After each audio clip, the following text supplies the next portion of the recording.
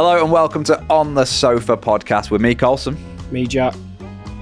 Me, Ben. This is our podcast where the three of us from the world of film and TV get together to talk about film and TV. Today's Wednesday, which means it's our film episode. This week's film chosen by me, new cinema release, the latest film in the 28 Years Later franchise, 28 years later, The Bone Temple, and an extra special episode today because we are joined by a special guest. Please welcome to the show, Mr. Robert Rhodes, who plays Jimmy in 28 Years Later, The Bone Temple. Robert, hello. Hello, guys. Thank you so much for having me on. Thanks for coming on. This is mega. It's really cool to chat to an actor, especially for me, when it's about a film that you've seen and enjoyed. And we're reviewing. Oh, I'm so glad you enjoyed it. That could have been it. Yeah, horrible, wouldn't it? Imagine, Our ratings are after we've talked to you. Yeah. How long ago did you film it? What's the gap between you talking to us and when was your last day of filming? So my last day of filming would have been in October 2024. Right. Yeah. And pretty chronologically for me. So it was the barn scene, which I filmed last, Yeah. So your last scene was your last scene as well, which is a nice kind of way to end a project. Yeah, absolutely. Yeah. It was really, really nice to kind of have that rap moment when your character actually had rap rather than doing that and then having to go back and kind of place it all together kind of thing. So it was nice to have that kind of chronological sanity because the job was just wild. So yeah. I bet. Before we get into talking about the show and asking you all the questions that we've got, and there are so many, one thing we always do on our Wednesday film episodes, Robert, is one of us has to do a synopsis. Now, for some reason, us three actors struggle to give a synopsis of a film that we know and have seen. So we're going to ask you to do our synopsis today. And seeing as you have been in the film, you've been in both of the films, I feel like this could be one of the best synopsis in the history of the 600 episodes of this show. So please take it away. So an innocent boy meets a bunch of psychopaths. A potential cure is being discovered and the two worlds interlink with much chaos and bloodletting. Nice. Oh, that was ridiculously good. It's so easy. That's so annoying. I thought you might Yeah. I thought you might go, oh, sorry, lads, I hadn't prepared anything. That was really good. Oh. Whenever we do our live shows, one of like our best things is Ben goes into the audience and he asks a member of the audience to do the synopsis, and they always find it semi-difficult, which gives us a little bit of a kick. Yes. But then you've just gone in and been like, no, that's how you do it. Believe it or not, I've got raging ADHD, so it was a struggle. So, Robert, let's go right back to the start with you. So, what happened the day your agent rang you up and said, I've just had this script through? So it's a really interesting one, actually. So I saw that 28 Years Later had been announced, and I had this feeling within me that went, maybe I would fit into that world. That would be cool, wouldn't it? And then about 2 weeks later, my agent called me and was like, yeah, we've got you an audition for this. And I was like, no fucking way. I'm a huge horror fan. And 28 Days Later really it was probably like the first, obviously we called them Infected, but the first zombie infected kind of film that I'd ever seen. And I was probably much too young as well, if I'm honest. But started a real love for the genre. So yeah, it was wild. And all I knew at this point was that I was up for a character called Jimmy. And the scene that I got through was the opening scene in the leisure centre. So the opening fight scene. And as far as I know, quite a few of the Jimmys, we auditioned with similar scenes. So yeah, and it was a crazy audition with Des Hamilton, who is just an absolute legend and very improv based. So it was kind of crazy, like really kind of like going to this dark place and a lot of swearing, a lot of anger, and basically just yes-anding anything and everything because it's this really crazy world where anything can happen, really. So where your brain can go with that kind of improvisation is just crazy. And I think me and Des definitely went there in that audition. So yeah. Yeah. So from you first getting in the room with Des, how many times did you meet with Des? Did you have to meet anyone else as part of the team before your first day on set? So I met Des and Leah Harrison on the first time, which was absolutely lovely. And we did some improv. And then my second audition was straight in the room with Nia DaCosta, which was wild. Again, as a huge horror fan, like I loved her Candyman. And I think I probably told her on set about 50 times. She was probably sick of me. I was like, I went to the cinema to see it loads. She was probably thinking, piss off. But no, Nia was amazing. And we just did more of the same, really, but with a little bit more direction. And yeah, to be honest, just had a right laugh with Nia and really found that I could be myself and really felt quite connected to her and her direction in that moment. And from there, we found out I'd been cast as Jimmy. Again, I didn't really know what this meant at this point because everything was so under wraps. Did you at any time in that process, sometimes did they get you with any of the other Jimmys to see where you were cohesive as a group, or was the first time you met the other Jimmys the first day of filming? So fun fact, actually. So I met Maura Bird, who plays Jimmy Jones. I met them at the audition at the recall, and we were both waiting to go in, sweating out of our faces, and really had a really lovely chat. And then when I found out I got the job, the first thing I did weirdly was to go and get my manky teeth fitted. And I got in the car and opened the door, and there was Maura, and we were like, no fucking way. We both got it. That was like a proper celebration, and it was nice because obviously I didn't know Maura well, but they were a friendly face from the audition process. I really like what you said there about how all you kind of knew when you got this script was that the part was Jimmy and you knew nothing else. Because I remember once meeting up with my mate, and I won't say her name, but she told me that she was like, oh, my agent keeps sending me for these fucking ridiculous auditions. I've just gone up for Barbie and Margot Robbie's been cast as it. And then the film came out and every part was called Barbie. Which one? And she was like, I feel really stupid about the whole Barbie experience. No, honestly, though, that was the thing. I was like, how many Jimmys are there? Exactly, Who knows? Sorry, Rob. When you did the audition, you got a scene. At any point, then when you got the job, did you get the full script? Yeah, I did get the full script. Okay. Yeah. Once I'd found out that I got it, and to be honest, like it was one of those Alex Garland, Nia DaCosta, Danny Boyle. You turned it down. Yeah. You know what? I would absolutely turn my nose up and walk away. But it was one of them where 100% it was something before, like, as soon as I auditioned, I was like, I need to get this. I need to get this. But it was fun because, so I only auditioned for the first film, and we didn't know that there were 2 films being made at the time. So I kind of got that was like what, just under wraps type thing? They just didn't. So it was all kept under wraps. And it wasn't until I actually got the role that my agent went, okay, so there's 2 films, not just one. And which was like Actors Christmas, really. Yeah, And you filmed the 2 films concurrently at the same time? Back to back, we finished on the first one in around August, and then we had like a couple of weeks, and we pretty much went straight into rehearsal and prep for part 2. Because obviously with the Jimmys, we did do most of our stunt work ourselves and stuff like that. So we had quite a lot of training with our stunt director, Julian, who was just a legend. And it was really nice because it was kind of this real bonding experience. Like we were just kind of flipping off of shit onto mats. Do you know what I mean? Swinging swords around and stuff. Yeah. And it was just like, what a way to get to know a group of people you're going to be working with by like swinging a sword at them. How many months was both films? So I'm not entirely sure on the first one. So I think we probably did, including stunts, I'd say about a month on that one. And then the second film probably went for about 2 or 3 months after that one as well, prep included.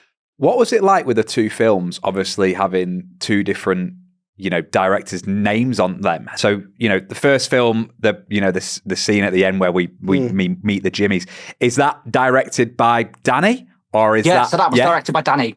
Okay. Yeah. So, and that was really cool. But to be honest, that was such like a whirlwind, that scene. Well, actually seeing it is so quick. And there were all these little moments, and it was just like, it felt like a fun day out. Like, do you know what I mean? Be chased by a zombie for the day. Great. Did you film that at Cheddar Gorge? Yeah, so we filmed it at Cheddar Gorge, all on location, which was cool. And yeah, it was just, that near you? Cheddar Gorge is near me, and my mate who I do jiu-jitsu with he said, I saw that film, and I went, it's Cheddar Gorge! He said straight away, in my place. But yeah, so it was crazy working with Danny. And I remember, so my kill in the first film is like, basically I ended up using a stick that I swing around my neck, which Julian and Amber in Stunts taught me how to do. And Danny had this idea of like, how about after you slice her throat, you just hysterically laugh. So I did this really like manic, horrible kind of clown laugh. And it just kind of stuck. And through that, and then Carried working it over with to the Nia. second one. Yeah, through that and working with Nia, this character was formed. This guy that, because he's called Jimmy, this idea that he's called Jimmy because he's so nice they named him twice. Yeah. Like, he's so into it. He is the Jimmy of the Jimmies. Like, he loves the charity and all of those things they get up to. And with that comes this kind of hysterical enjoyment because they don't have TV. No. They don't have these outlets that we have. So the violence for that character probably was the main source of his entertainment. And it's like a blood sport, really. Yeah. So cool. What would you say the like main differences were between the first film and the second film? Like, obviously, I guess it kind of felt like one project, but there must have been a stop in between, and you must have been working in two different styles, but playing the same part and doing it back to back. For me anyway, the first film felt a lot more physical, like a much more kind of physical kind of role because of all the stunt work. And as I say, we were just like on set and we did this insane fight sequence. And it just felt so quick.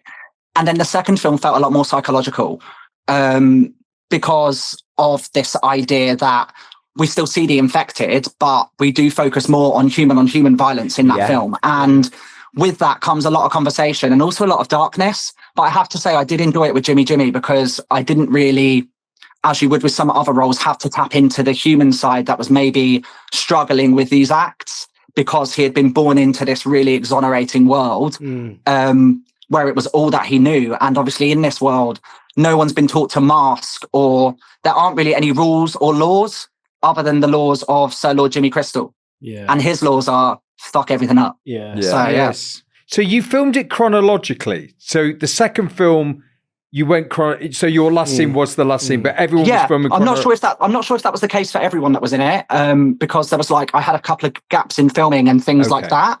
But for me, it ended up being chronological, which was crazy. Yeah. And the scene in the farmhouse where you're all sitting eating was an amazing scene. How long did you rehearse? How long did it take to film? Was there any improv, or was it all were you quite stuck to what was in the script? How loose was it? So we rehearsed it right at the beginning just to get some blocking and for camera angles and stuff like that. And then when we got in there, we did like a really quick rehearsal. And obviously we slowed down for certain bits. Like there's a big physical bit where it all switches, the water gets thrown. So that we took quite a bit of time over just to make sure it was safe and that everyone was smiling because obviously, again, it's quite heavy. So there was a real light atmosphere on set in between takes, which was really special because I think that has to be with stuff like that because otherwise you'd go a bit insane. And I think we spent about 2 or 3 days doing that. And so we did keep to the script, but we played a lot. We all played a lot. And I think that really comes across in the film so we weren't really like told when to laugh. It was kind of all happening organically. And then we would build on the take that we just done with Nia's brilliant direction. And Jack as well was just chucking, I think at one point, so the line where he says, Michael, I'm someone, Roberto Calamari. At one point he went, Nina Nana, ITV News. And we just obviously pissed ourselves laughing. So, because that took me right back, that did. Just show me age there. But, and was it one camera, 2 cameras? So for a lot of it was single cam, to be honest. But then some of it we did use multicam for some reaction shots. But as I say, that's generally not my area of expertise, to be honest. Like, I just shut down and say the words. Sit down and shut up. Yeah. I want to talk a little bit about the world that is 28 days later into 28 years later. One thing that you touched on earlier, which I loved, and from watching the film really got into this latest film, the infected isn't the problem. People aren't scared of the infected. I mean, we see that with, they're learning to live with, it's co-living. The trouble is the other people in this world, and it's almost like that a OG Lord of the Flies kind of element. For you as a fan of this genre and this world, being in it, what's that like when you're on set in a film and you're thinking, I know this world back to front, and I want to be part of it? For you, what's that like when you're on set dressed up and going, I know what I'm doing here? It is the craziest feeling. And it's this feeling where you can kind of completely lose yourself and almost kind of just free flow with it, because you can move through it in that world because you have that understanding of it. And everything was made so clear by every single person on set, and every single department were working so closely to create this really, really realistic and vivid world. And especially with that barn scene, because that barn scene was long and we did really long takes for that. How long was that? Like the whole sequence of the barn, like that must have been a few days, isn't it? We shot the majority of the sequence as one take, and then we would obviously reverse and do different shots. But then we obviously did break for bits where we did the fight, because obviously between Jemima and Louis, so who's played by Emma, and we took breaks there so that we could make sure that everything was safe and things like that. But for the majority of like Jack's monologue, we kind of went all the way through it, so it was really heavy. And it was cold as well, because all of that was night shoots. I was going to say, you're filming at night, or was it? Yeah. And that was about 2 or 3 weeks that took, that whole sequence. And it was it was real effects, wasn't it? They didn't CGI the flames or... No, it was all real. They burnt the place to the ground. Yes. Wow. You could see, I was thinking about that, you could see in your reaction, you were watching it live. There's a very different sense when that all started to crumble. It's almost that essence of the Jimmy's crumbling. That's the first time they felt that. But then you're seeing the barn fall apart. You're also seeing, you're questioning the group. The group starting to fall down. And the barn was a really lovely way of measuring that in the film, then going, oh, it's all going to be a bit different now. Yeah, it's like a severe turning point almost, isn't it? Like this really exonerating circumstance that's happened. And then you go, fuck, where did I go from here? Yes. And you really see that in Jack's reaction to mine and Jemima's death. Yes. In the fact of when he goes, fuck, and that really is when shit hits the fan, and he has to come up with this crazy he has idea. to look for a way out, doesn't he? Almost. He has to look for, oh, crikey, I need another plan here. Yeah. There's not many Jimmys left. And actually, I'm losing my power. Yeah, and the more they drop, the less obviously mob rule can take its way. Yes. So the less people that are in the gang, one person's opinion can obviously stand up a lot more. Yes. Yeah. And I think he's very aware of that as the leader of this cult kind of thing. Very aware of that. Robert, I've got a fun fact for you now. Something that I'm sure you won't know. But Ben was burnt alive in the Tudors back in... Oh, years ago. I've got experience with being burnt alive. Were you... So I want a little bit of burnt alive chatter here. and it really... I remember thinking... I was in the middle of some wood, and then they set it alight, and then the flames were in front of me. Were you at all set alight, or did they cut to a stuntman? Yeah, no. I had a gorgeous stunt double that did it all for me with like a burn mask on, which had been made from my face. So it does look like. And me did he have fire. Did he have a little breathing apparatus under the mask? Yeah, because it's crazy, because they literally, and they do the count, don't they? Yes. Because there's only a certain amount of time that they can be kept aflame, because they have the tube there, but they have to hold their breath, because if they take one breath, they can risk inhaling fire. Yeah, that's what happened. That's what happened with me. So I was in the middle of it. They set the bars alight, and then cut, and then a stunt guy went in with a mask of my face, yours, set him alight, and then I went, oh, he's burning. Yeah, he's alight. Yeah, it's funny when you watch it because they are alight. And you can, the thing is as well, you feel that heat, even from behind camera. Yeah. So this is obviously the second time I've been burnt on camera. So I don't know, I must have one of them faces. Do you know what I mean? Because so the first one was House of the Dragon, when I got set up by Vermitor, the dragon. And so you got burnt by a dragon. That's intense. That's a serious. top trump. You trumped me there. That was crazy. So they had this jet, and it's kind of like blew out two massive blue flames like a dragon's nostril. But But the heat from that, oh my gosh, and the speed that guy went up in flames, it was genuinely scary. I remember watching it thinking, it really sets apart. I think that's what's so clever about that scene is when they've seen you burn alive, you definitely had that real sense of, oh, someone really in front of my face. It wasn't CGI. They're still smouldering. And what was quite different about the burning 28 is, so with Dragonfire is so hot you are instantly ash. Obviously. Yeah, we knew that. Well, obviously, I tend to bathe in Dragonfire quite often. But yeah, and with the 28, obviously he stays alive for quite a while. A long time. He stays alive for quite a while. Time. That was so much fun because all the screaming is me. So that whole scream I did in a booth in London, and it was so cathartic, like walking through busy London and then just going, "Wah!" Robert, that's so funny. I did that as well. I went and did ADR in London. They said, can you do sounds of you screaming, getting burnt alive? I went, yes, of course. Yeah. Honestly, and I think I screamed so much I thought I was going to pass out at one point. It was quite wild, yeah. Robert, I want you to take us to the premiere, just where your head's at, how you're feeling. Does that whole, because it was the first red carpet for the first film was a big deal. I remember seeing Danny Boyle on TikTok for weeks after that. It was a big deal. Where was your head at walking that red carpet? I don't even know the word to describe it. It is just, I felt so grateful to be there and to have people supporting me. And it was just kind of crazy that people were shouting Robert and people seemed to know who I was. Because that was my first experience of that. And it was really lovely and very quick. So you kind of just get really barreled through and you do quite a lot of press. And I think I did 15 interviews back to back, along the line. So by the end, I was quite knackered. And then you go around and meet the fans and do some signing. And that was my favourite bit because I love chatting to people. Well, you can probably tell I'm a chatty Cathy and I can't shut me up.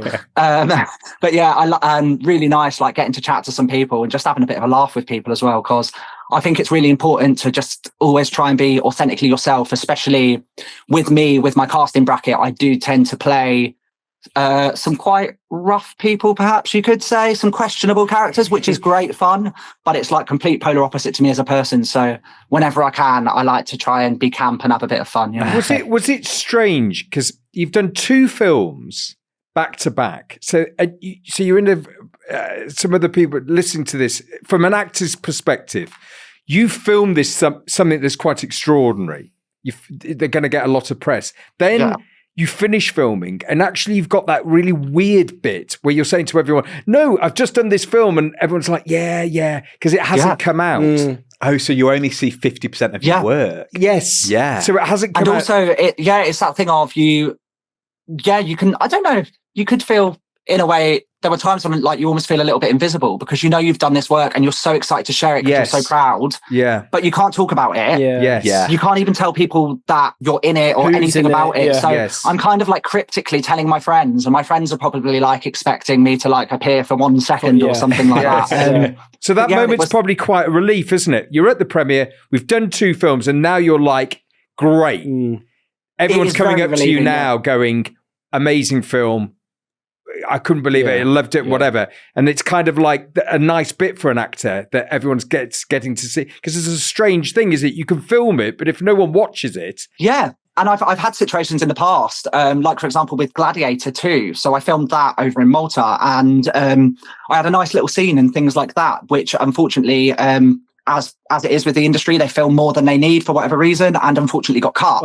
And I didn't find that out until I was at the cast and crew screening. Which is just wild. And it's not the first time it's happened. It's the nature of the beast. So literally, Robert, I remember being 11. I was in year 7 at school, and I'd done my first film, and the trailer came out. I was in the trailer, so I was like, here we fucking go. Here we go. The film came out, and it was when Vimeo was used for everything. So obviously I got the password, and my school were we want to do a screening of it in my drama class. So everyone comes into the drama hall, they put the chairs out, do this screening. Oh, no. Yeah. Big TV. My entire year group cut. What was the film? It's called Riviera. And the worst thing was, I was stood. It was all filmed in and around a river, and I was stood in a river for like 2 weeks as an 11-year-old in Wales, freezing cold. We filmed it in March. Still got the trench foot. I've got like verrucas that haven't recovered yet from it, and I just remember the thing. Like, it got to a point, and I remember like saying to my mate, I was like, I should have been in that bit. Like, I should have been in that bit. Did they not talk to you afterwards? It's so. Did they go, you lied? Yeah. Robert, just quickly, what's it been like for you now? How's it feel now? How's it for you as an actor? How's it been after the film? Because you're right at the epicenter of this film being out. Yeah. So some people don't really get to hear that, what it's like for you now, or, you know, how it feels, meetings or people coming up to you, or how's it been for you? Yeah, so it's been really, really nice. And the feedback to it has just been really overwhelming and really, really special. And even in the sense of there's a lot of feedback on how gruesome it is, which me as a horror fan, I love. I'm like, great, you're walking out, fabulous, we've done our jobs. And to the feedback based on how touching it is, with the other side of the story that doesn't necessarily focus on the Jimmies and where that takes people. So there's been a really nice mixed response from people, and people just outpourings of love. People have been drawing pictures of me and sending them to me, which is really, really sweet. And yeah, lovely people like yourself asking me to come on here and chat, which is always lovely because, I love my work and I love talking about it. And, well, as you guys do as well, which is probably why you set this up. So yeah, it feels really special. And it's that thing of just now working hard and buckling down to make sure that it keeps going, make sure that snowball keeps rolling. Yeah, defo. Enjoy the top of the roller coaster. Yeah. Well, this is the thing, and it's that thing. It's a hard fucking job. We do it because we love it. Yeah. And you've got to be a bit crazy, ain't you? To just you've got to have your head in the clouds a bit, ain't you? Yeah, and also you don't get many times, I don't think, as an actor, where you really genuinely going to have one of those moments. You go, that was massive. Yeah, it was massive. What a great bit of work. Yeah, and I honestly feel so proud of it, and the fact that it was such a gorgeous group of people. There's not one negative memory from it at all, and it's just what a lucky. I feel so grateful. That's the thing. Yeah, so grateful. Robert, it's been mint to chat to you. Thanks very much for coming onto the show, and congratulations on Thank you. Such an iconic part in such a great film, and thank you so much. We really appreciate it. Thank you. Pleasure. Thanks for chatting, guys. Nice to meet you. Cheers. You too. See you around. Cheers, Bye-bye. mate. Thank you.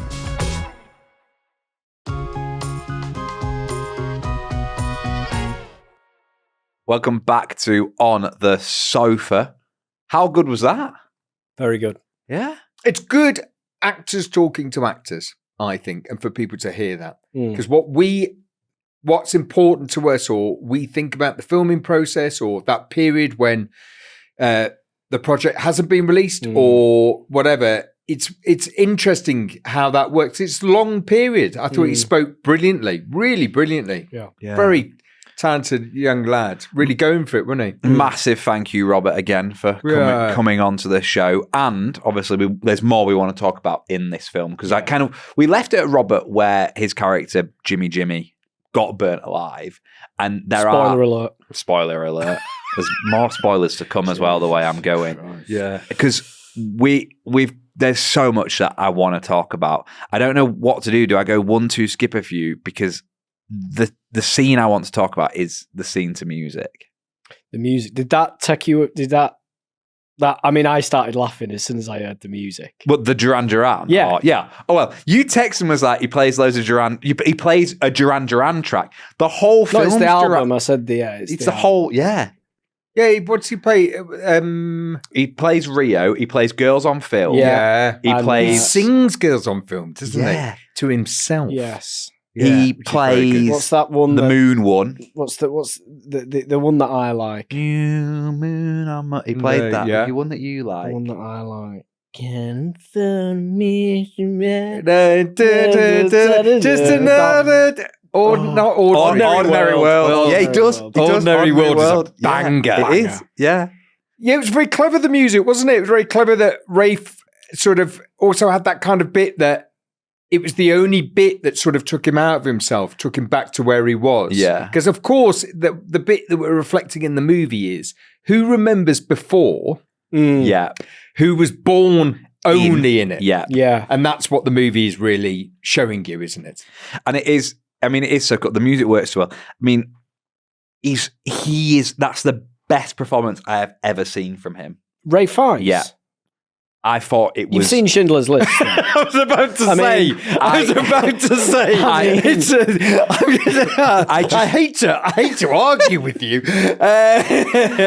I just think it's so brave and so out there and so calm. Yeah, he's got nothing to lose.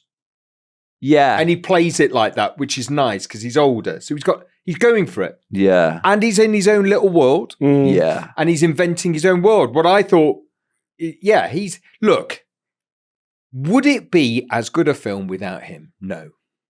Yeah, no, he's vital to it. He's fantastic. I love the Iron Maiden bit as well. That was the bit. But I also love the bit at the end. 666. We're spoiling it a bit, but I do love that tune. But I also love the fact that you went, I'm going to have to fucking to pull some out put it here, out. yeah. Pull a chain.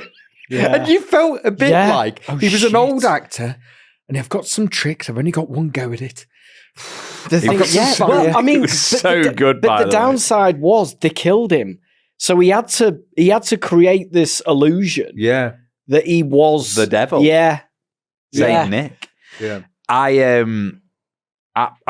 loved the bit to Iron Maiden. Saint Nick, Saint Nick, old Nick, yeah, old Santa Claus. Santa Claus. Ho ho ho. No, I've seen the script. I've just got to change. Rafe, you're Santa Claus. There was a line Stick with me that I loved when Jack O'Connell said something like, I've spoke to him, blah, blah, blah, this is how it's going to work. And then they wake up in the morning and he's like, right, the rules before meeting the Dark Lord. And I just thought, oh, that's Voldemort. Yeah, I just thought I liked that little Easter egg. Yeah. But like all around great performances by everyone. I think the one thing that Robert touched on massively is it's not a film about zombies. It's not a film about it's more the humans, the second one, isn't it? Yeah. I don't know whether it gets a bit stretched. Zombies running towards humans running away. Yeah. It's sort of, they're looking for, it's when the world becomes maybe a bit too elastic. And do you think Danny Boyle created this world knowing that he was going to have the ability to tell tales of a post-apocalyptic world? So not necessarily the threat of infected. Well, I don't think we've 28 days later. Yeah. No, he's not looking for a franchise, is he? No. Yeah. He's gone, I'm lucky to get one going. Yeah. I got it off. And then actually, weirdly, I think with that film, it's sort of over the years, over the 20, it becomes become a cult classic. yeah. But not at the time was it like, oh, this is extraordinary. But over the years, it's become a cult classic. So no, I don't think, I think that was one of the bits that didn't quite work for me. Okay. Which? Well, you've moved from a zombie film into Yeah, but it has to, doesn't it? It can't just go, we're going to copy and paste. No, but then I don't know whether it's just a different film. Like, I don't know whether that's what happens when you start getting 3, 4, 5 of a situation. Okay. You start stretching the world because you've told the story. And now you're actually telling a story about a zombie that effectively is big and can be cured. Yeah, I liked that. I thought he was good. Samson. I thought he was fantastic, the realization. But it wasn't, for me, it kind of was like, oh, okay. So we've got to the end of that. So now we've got to write, because there's no essential relationships if you don't have him. There was a good bit where he sort of looked at the moon, wasn't there? I thought Ray Fiennes was very, very good at that. Moon. Yeah. I was going to, Yeah, but as soon as he said that, moon, I was like, fuck. Did you guys notice when he flashes back to the train, he's reading a book about the moon? Oh, Yes. Yeah. That's like as him. as That's a why kid. it's so Yeah. resonant for him. Yeah. Right. He's like, Yeah. So he remembers. Yeah. You know how we always say, what parts would we play?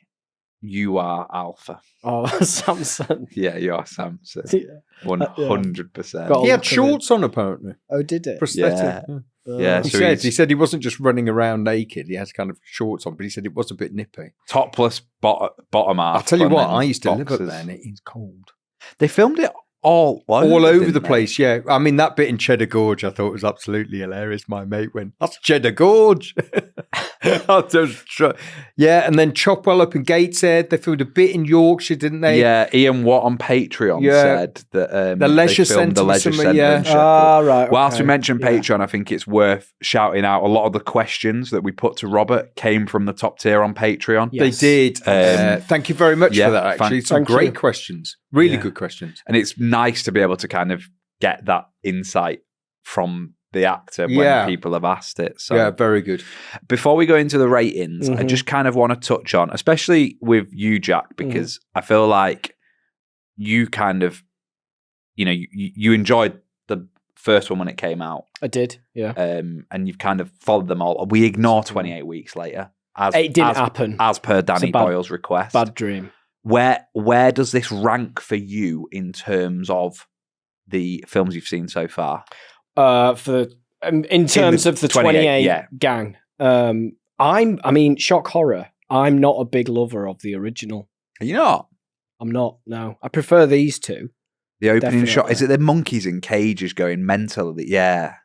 I can't remember. Can you not? No. It's good. I film. prefer that. I was the opposite. You prefer the that? first one to these ones. Yeah.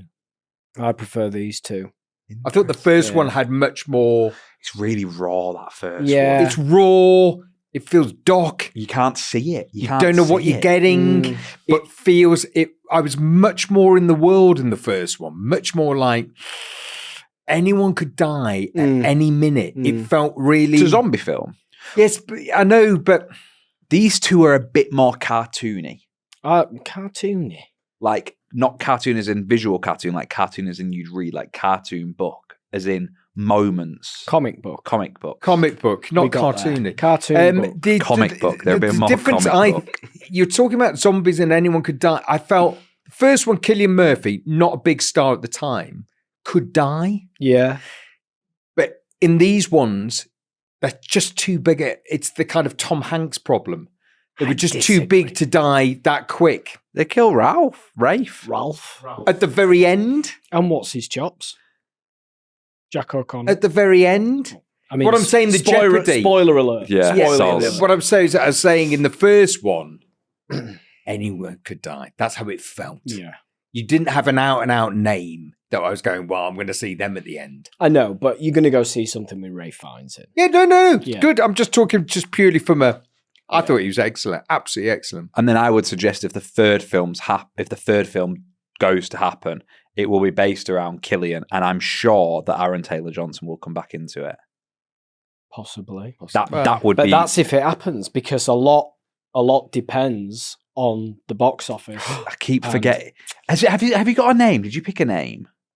Box office. Box office. Jack's box office quiz. Yeah, I suppose. Yeah, I don't know. Wow. Can I float Jack on the box? Jack. No. Yeah. No, not a fan. He's pied that. What day. about Jack in the box? Jack in the box office? Jack in the box Jack office. in the box There we That's go. We got there. teamwork. We That's got there. teamwork. Jack in the box office. Right. What a section. Go on then, Jack in the box office. Right, okay. So how much do you think the budget was on the original 28 Days Later? Great question. What year was it? 2002? I reckon it was small. Yeah, I reckon Tis like 4 million. Double it. 8. Yeah. I was going to go for 10. What But did- 8. What did it make? I think it made an absolute fortune. I reckon it made 80. Yeah. Yeah. I'm fucking 10 good at this times game. 10 times the amount. Fucking 80. I'm good at this game. Do you know the worst thing that's happened now? That Gloating. you've realised you've got a camera. Do you know? Because all I see you going, I'm good at this, I'm good at to the people at home. So I watch the episodes back after we've done them. And you know that whole thing of you, I don't know if it's been out yet, but you telling me which my lens is, it's the opposite to what you tell me. So every time I look, it's like complete cross eyed like wonder that. why I did that. I'm like, well, that's my close up. But yeah. 80. Yes. Cost Second 8, film. made 80. Second film Yeah. and the third film, both Yeah. budgets 60 million. Oh, For both. No. 60 million. 60 million. Oh, 120. Okay. Yeah. Okay. Wow. Box office on the second. Okay, yeah. Okay, so on the 28 years later. yes. 60 million, I reckon it took 160. I think it did 3 figures. You're saying 160. I think a bit less. Okay. 140. Bang in the middle, 150. Woo! 150 Okay. it did. Okay. So That's profit, not bad. more than Profit. double. Yep. Yep. Bone Temple has been out as About a day of week? recording A about week? a week. A week. 60 million is spent. What has it made? I mean, there was not a seat in the house at View Bolton. It was But even if you packed rammed. out View Bolton, it would only be 100 quid. No, it was Because everyone's on their Cineworld card, It View was card, not for 5. I reckon. I wonder whether it's.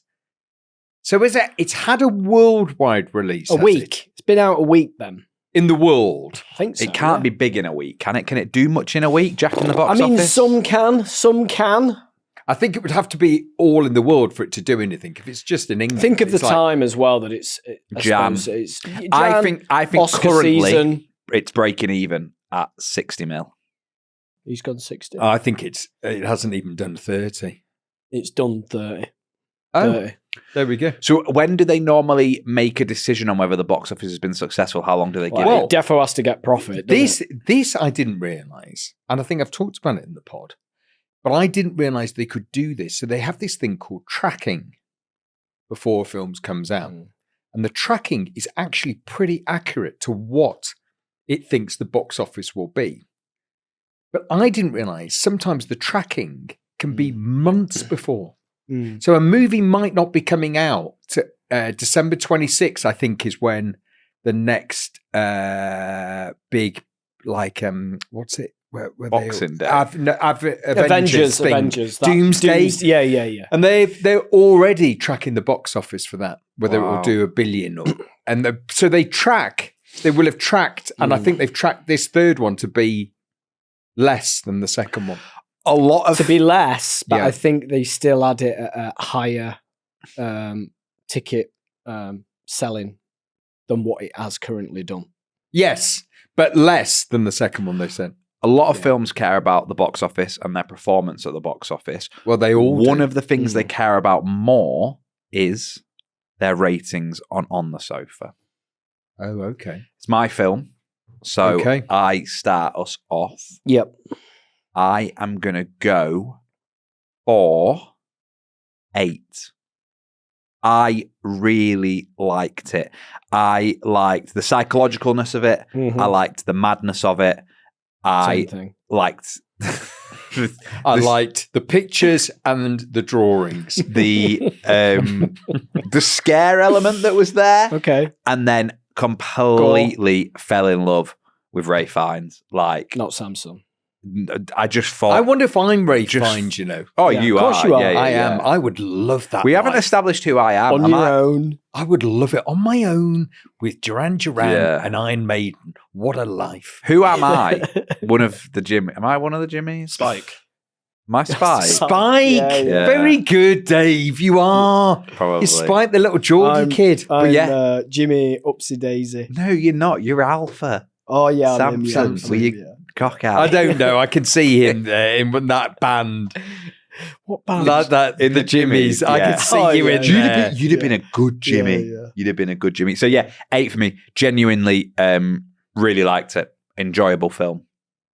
Jack? Yeah. I think I'm there with you, really. 8, I think. Yeah, I was bang into it. Gore it. Tense that barn scene as Yeah. well. You know, Awful. Like a bit oh, yeah. hard to watch. And the house, the cottage thing, it gave me sort of Inglorious Bastards vibes, you know, Yeah, with the yeah, sort okay. of like cottage.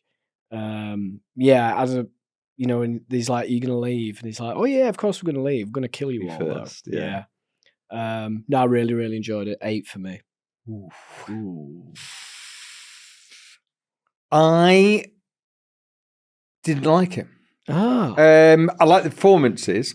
It it made me think of A Clockwork Orange, and it wasn't A Clockwork Orange.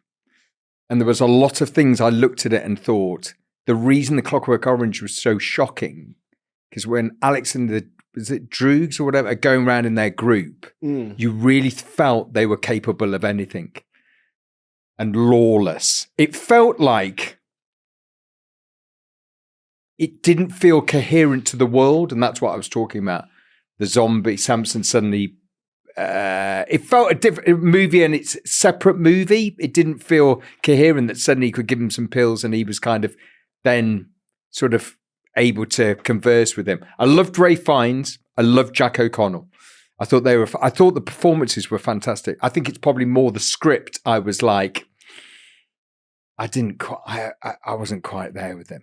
You wanted it to be. I think A Clockwork Orange for me was a group of was shocking. Was a group of lads running around high on destruction, and there was no sense that you got an apology for it or this has happened in my life or whatever.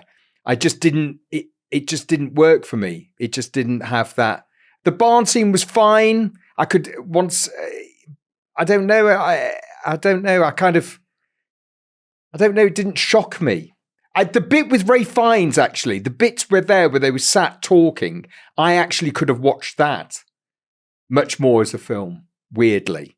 I could have left the other bit, the Jimmy bit and the whatever, but him with Samson kind of discovering himself or discovering what life was, I thought was interesting. He'd never been able to sit and talk to anyone for years, had he? I got the real sense he was a doctor who'd just been sort of on his own.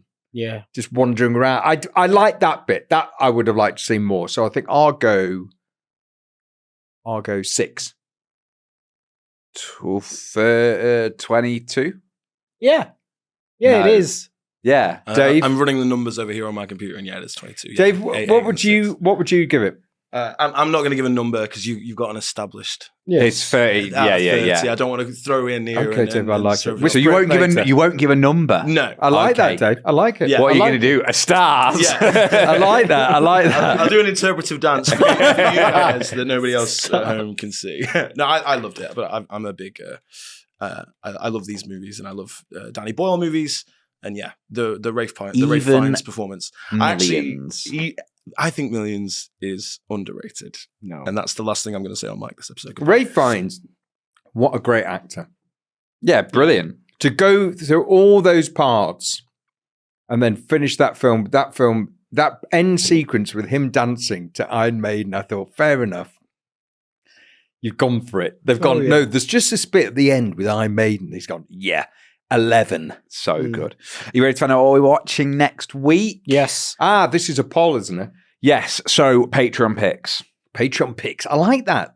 Patreon picks. Top tier of Patreon, the Backlot Pass. They get to vote on the 4th film in the rota of Are films. we doing this every month? Yeah, a bit of backlash though this month about it being cinema releases, but it's not going to be cinema Tough releases tits. forever. Is it? Tough fucking tits. Yeah. Head of complaints, Jack Shepherd. At the moment, we're trying to support cinema. I think it's good. We're at the cinema. Listen, there's big films. There's Oscar films out. Go see them. Yeah, well, that's the idea till March.